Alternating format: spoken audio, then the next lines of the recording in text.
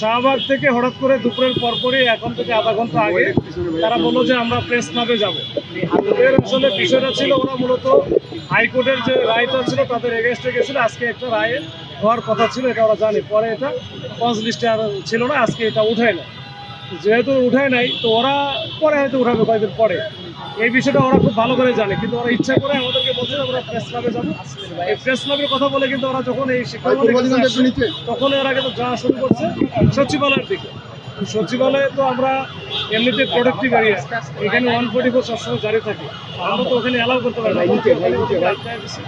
দেওয়ার পরে ছেলেরাও চলে গেল, মেয়েরা কিন্তু ওখানে বসে পড়ে এবং তাদেরকে পানি মারা হলো, তারা ওই তারপরেও থাকে। এরপরে আমরা হালকা একটা গ্যাস দিয়েছি, কাঁদানো গ্যাস। এখন নিচে ভাই, এখন নিচে এই কাঁদানো গ্যাস দেওয়ার পরে সবাই নিচে দিকে চলে গেছে।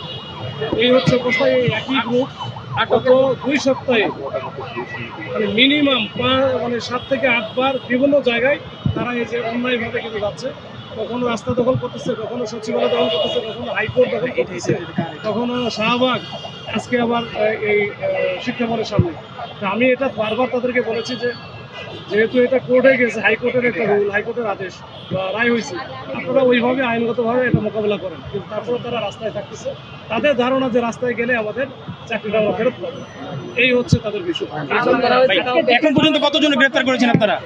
না, গ্রেপ্তার করা যেগুলো হয়তো বা আমরা ধরে রাখছি, এটা আসলে গ্রেপ্তার বলবো না আমি।